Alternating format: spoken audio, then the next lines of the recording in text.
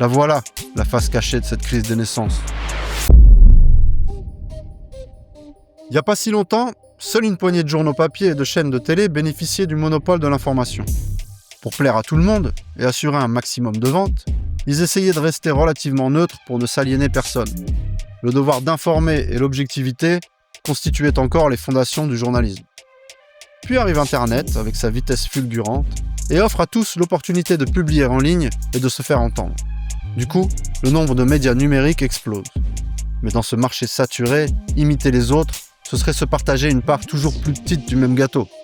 Donc le marché de l'information se fragmente et chacun essaie de se différencier des autres. Plus question de nous informer, l'enjeu c'est de capter à tout prix notre attention. Et le numérique possède un atout de taille dont les journaux papier et la télévision n'auraient jamais osé rêver.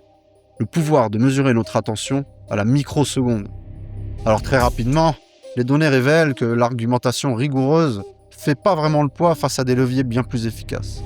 La peur, la colère et l'indignation.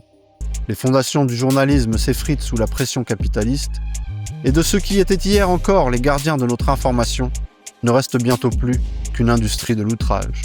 Facebook et les réseaux sociaux envahissent le web. Ils enfantent les dictateurs les plus puissants de toute l'histoire, les algorithmes. Ces algorithmes, pour qui vous n'êtes qu'une bête série de clics, découvrent comme les humains avant eux les rouages de la psychologie humaine.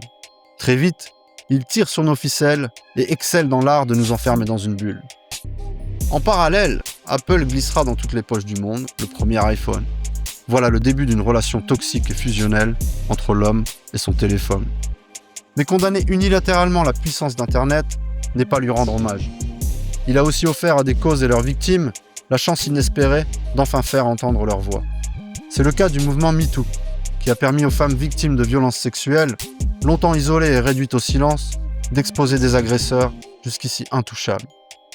Mais ce mouvement, qui n'était au départ qu'une correction nécessaire, coche toutes les cases de l'industrie de l'outrage. Exploité par les algorithmes, avides de cibles, le féminisme s'érige alors en dogme et inonde le discours public. Instrumentalisé à tous les étages, ce mouvement, qui aura tant donné aux femmes, se radicalise et ouvre la porte à toutes les autres formes de justice sociale. Et qui se trouve en pleine ligne de tir de cette armée inépuisable ?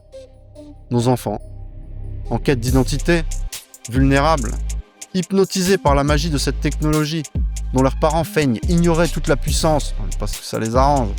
Les jeunes générations trouvent dans cette justice sociale le parfait exutoire aux frustrations propres à leur âge.